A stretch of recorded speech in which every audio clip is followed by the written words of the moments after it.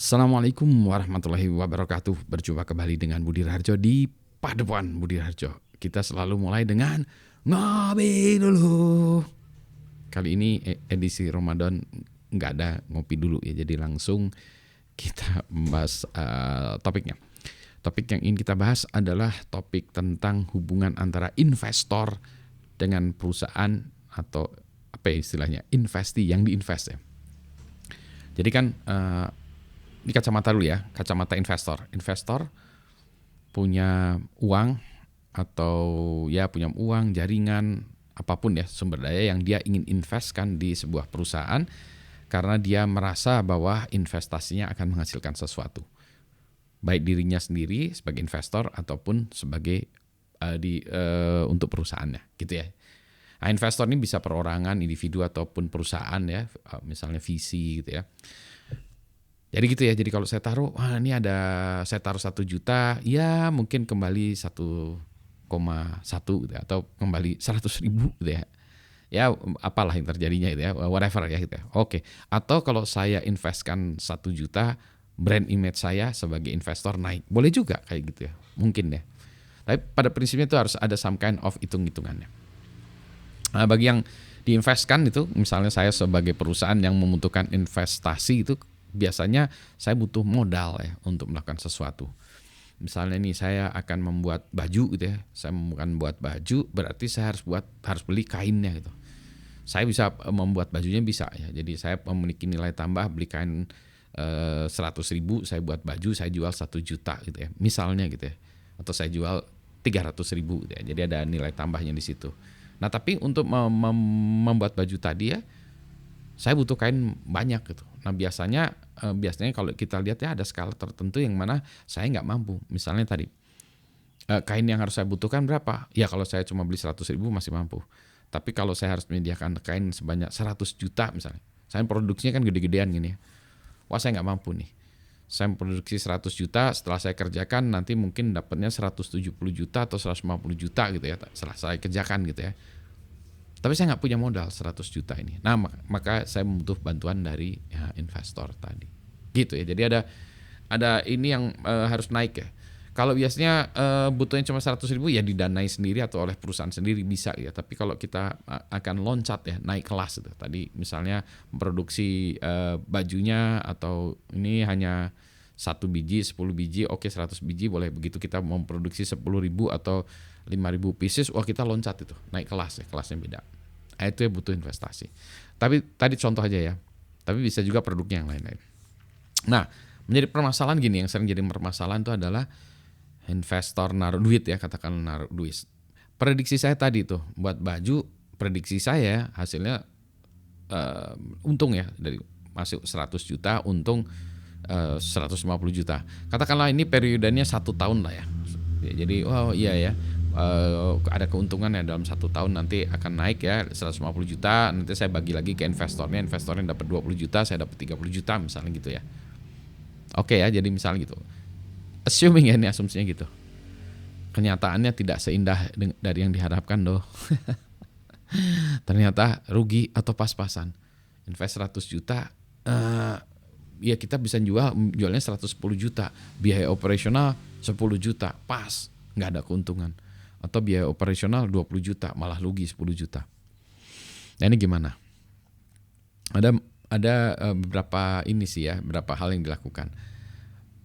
Yang pertama ya sudahlah sih, sebagai yang tadi ya, sebagai perusahaan yang diinvest tadi, ya saya melaporkan apa adanya kepada investor. Ini begitulah ya, yang keadaannya keuangannya begini, investasinya begini, kondisinya gini, kita masih rugi 1 gitu. Nah, akibatnya apa? Akibatnya bisa jadi investornya bilang, ya elah lu nggak bisa ngerjain ini, atau kamu tidak berhasil mengelola perusahaan ini, berarti kamu bodoh gitu ya, atau kamu apa gitu ya, bisa meremehkan, bisa. Tapi bisa juga menerima karena iya memang ini kondisinya lagi, ekonominya lagi turun ya, sehingga daya beli masyarakat turun ini gitu ya. Oke lah kita sadari bersama, kita rugi. Oke lah kita bertahan lagi. Oke lah kalau gitu, tadi baru disetorkan dari 100 juta baru disetorkan 50 juta. Oke saya turunkan lagi 50 juta ronde keduanya gitu ya. Biasanya turunnya juga nggak 100 juta tuh nggak jebret 100 juta ya. Bisa jadi turunnya berkala ya, 50 juta dulu, 75 juta dulu, 25 juta dulu atau apa. Yang keduanya diturunkan lagi, oke lah gitu ya, teruskan lagi gitu ya. Tapi bisa juga, ya tadi itu ya, bisa juga si investor ini bilang, ya ini kok negatif, udahlah saya berhenti aja lah gitu ya. Nggak jadi diterusin. Nah ini kan stuck nih, baru 50 juta nggak bisa berjalan ya. Mungkin kalau itu nggak diturunkan semua, berantakan semua karena ya kita sudah ada deal dengan yang menjahit atau apalah gitu ya. Wah ini pokoknya berantakan nih. Investornya nanti pull out ya, mundur, saya nggak jadilah atau apalah gitu ya. Atau saya nggak mau invest lagi ya. Padahal ini tadi mau perpanjangan 2-3 tahun gitu ya ke depan. Itu yang pertama situasinya. Jadi gimana tuh? Satu situasi pertama masalah, kemudian kita terus terang investornya paham, ada juga kita terus terang investornya tidak paham, berhenti ya. Ya sudah ya kasus itu. Ada kondisi kedua yang mana bisa juga kita kita merekayasa ya. Nah, dengan kata lain singkatnya bohong gitu. Kita bilang kita rugi tapi kita bilang kita untungnya dikit gitu ya, nggak rugi gitu. Misalnya tadi dalam 1 tahun ruginya 20 juta, tapi kita bilang iya kita untung 100 ribu lah ya. Jadi ya dicari-cari cara-cara supaya kita bisa masih tetap untung ya, seolah-olah untung. Nah sehingga investornya bilang oh oke, ronde kedua saya turunkan lagi. Nah ini mulai ada upaya tipu menipu ya. Nah yang menurut saya ini ya, yang ini bisa berlanjut dan boleh jadi nanti lanjut keduanya membaik ya, jadi untung, boleh jadi ya, kita kan nggak tahu juga situasinya gitu ya. Boleh jadi nggak juga, akhirnya tetap merugi. Jadi si investornya ya kasus kedua tadi ya tetap bilang waduh ini kita rugi ya. Bisa jadi juga tadi ya jalan terus nggak ketahuan, akhirnya tahun berikutnya gitu lagi ya, terulang lagi. Saya kok cenderung ya kalau saya suruh pilih yang mana ya. Saya pernah di dua sisi ya, sebagai perusahaan yang diinvestkan dan juga investornya. Saya kok milih yang pertama ya. Karena kejujuran itu penting ya, karena keterbukaan itu penting. Jadi itu ya. Dengan risikonya adalah investornya nggak meneruskan lagi. Ya ada kejadian begitu juga ya. Atau saya sebagai investor nih, ini ada juga kejadian yang sedang berlangsung juga ya. Saya invest di sebuah perusahaan yang saya pikir ya, satu kegiatan ini akan menghasilkan penghasilan ya. Ternyata enggak ya. Untungnya masih belum rugi ya. Tapi ini enggak, itu gimana nih? Masih rugi ya. Jadi saya tidak mendapatkan itu. Jadi kalau saya invest Rp1, kembali Rp1. Jadi selama setahun ya saya invest 10 juta, kembalinya 10 juta. Enggak ada untungnya ya. Masih mending tuh nggak rugi. Tapi kan harapan saya kalau gitu, saya tahu gitu, saya mending invest di tempat yang lain lagi kan ya, gitu. Jadi atau ya udahlah saya pendem aja ya.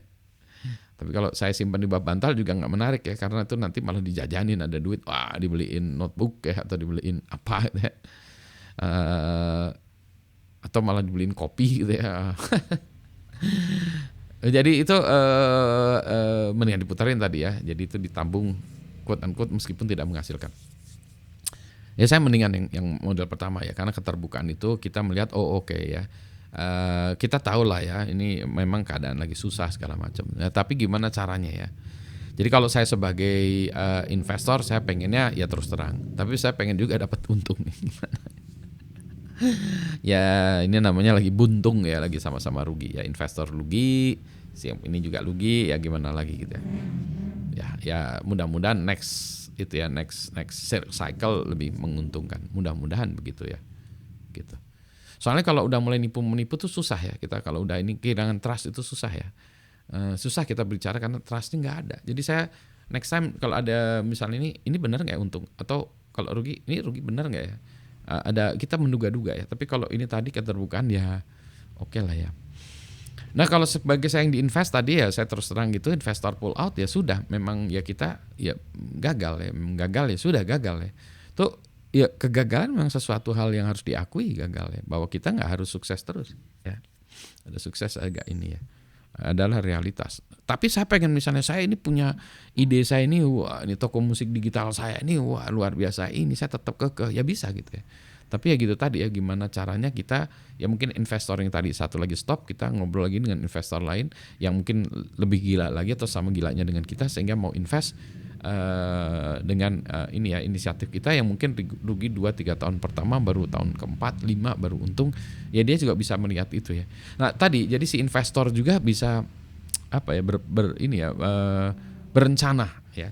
Kalau ada kejelasan itu si investor harus berencana juga. Ya, mungkin juga oke lah. Ya ini merugi terus ya, kalau gitu saya minta bagian lah dari perusahaannya digedein ya sahamnya, nilai sahamnya digedein atau gimana ya, atau bagian keuntungannya diperbesar next time atau gimana lah ya. Tapi ada kita bisa berencana ya, kita bisa saling berencana. Oke. Atau next time nggak mau invest lagi di inisiatif kita. Itu ya yang penting itu. Nah yang karena kalau dengan begitu ya next time kalau misalnya ini ya, katakanlah ini gagal just gitu. Next time saya punya usaha baru lagi gitu ya. Misalnya ya sudah lah ini usaha gagal karena memang daya beli masyarakat turun. Ternyata daya beli entertainment masih tinggi ya. Masih tinggi. Oke. Saya buat upaya membuat baru lagi ya, inisiatif baru lagi, perusahaan baru, starting up baru lagi bidang entertainment katakanlah. Investor yang sama akan tertarik lagi nggak? Karena dia udah punya pengalaman buruk dan kita ya karena gagal tadi ya. Boleh jadi dia masih tetap tertarik ya dengan kita karena bisa jadi dia ngitung, kan dia juga ngitung ya, ngitung juga. Wah ini kayaknya menarik juga. Yang kemarin gagal lah. Dia kan ngitung juga ya. Dilihat, oh iya ini kayaknya menarik nih, kayaknya mungkin sukses nih.